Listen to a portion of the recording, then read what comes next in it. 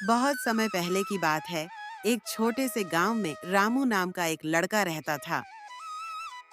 उसका परिवार बहुत गरीब था। उसके पिता मजदूर थे और माँ घरों में काम करती थी। गरीबी के बावजूद रामू के माता पिता ने उसे हमेशा एक ही बात सिखाई थी। बेटा, चाहे जो हो जाए, झूठ मत बोलना और किसी का हक मत मारना। ईमानदारी सबसे बड़ी पूंजी है।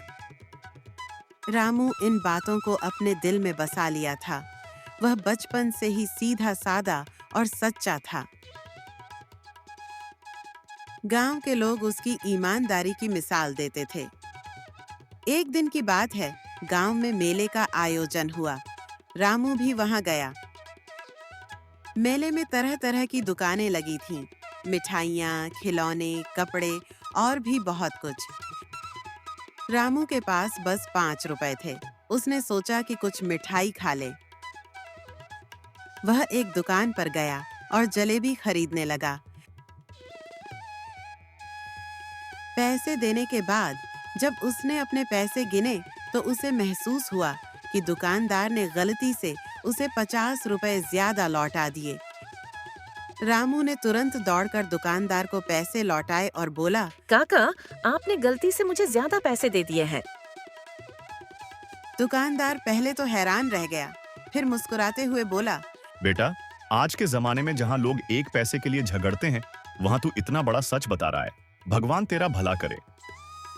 उसने रामू को इनाम में 2 मिठाइयाँ दी, लेकिन रामू ने कहा, काका, इनाम की जरूरत नहीं, मैंने तो अपना फर्ज निभाया है। दुकानदार ने उसकी पीठ थपथपाई और मन ही मन उस बच्चे की ईमानदारी से प्रभावित हुआ। कुछ महीनों बाद गांव में सूखा पड़ गया। लोगों की हालत बहुत खराब हो गई। काम की कमी के कारण रामू के पिता शहर चले गए। घर का खर्च चलाना मुश्किल हो गया। रामू रोज खेतों और जंगलों में लकड़ी बटोरने जाता ताकि उसे बेचकर कुछ पैसे ला सके।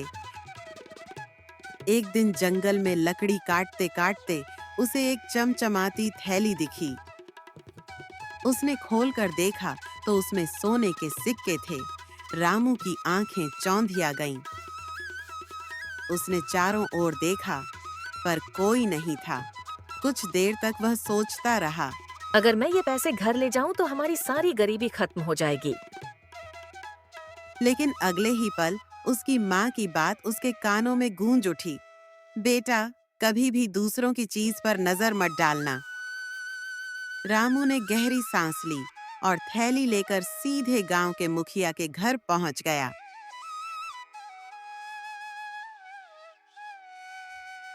उसने सब कुछ सच सच बता दिया। मुखिया ने उसे अंदर बुलाया और कहा, बेटा, ये तो बड़े सेठ जी की थैली है जो कल जंगल से लौटते समय खो गई थी। तूने बहुत बड़ा काम किया है। कुछ देर बाद सेठ जी भी वहां आ गए। उन्होंने थैली देखकर कहा, अरे, ये तो वही थैली है जिसमें मेरे व्यापार के पैसे थे। अगर ये खो जाती तो मेरा बड़ा नुकसान हो जाता। सेठ जी ने रामू को धन्यवाद दिया और कहा, बेटा, तू बहुत ईमानदार है। मैं तुझे इनाम में 100 रुपए देना चाहता हूँ। रामू ने सिर झुकाकर कहा, सेठ जी, मैंने जो किया वह इंसानियत थी, इनाम की जरूरत नहीं। सेठ जी उसकी बात सुनकर बहुत प्रभावित हुए। उन्होंने मुस्कुराते हुए कहा, बेटा, तूने मेरा विश्वास लौटाया है। मैं चाहता हूँ तू मेरे गोदाम में काम कर। तुझे रोजगार मिलेगा और तेरे परिवार को भी सहारा मिलेगा। रामू ने धन्यवाद कहा और काम शुरू कर दिया। वह रोज मन लगाकर काम करता। धीरे धीरे सेठ जी ने उसकी ईमानदारी और मेहनत देखकर उसे गोदाम का मुनीम बना दिया।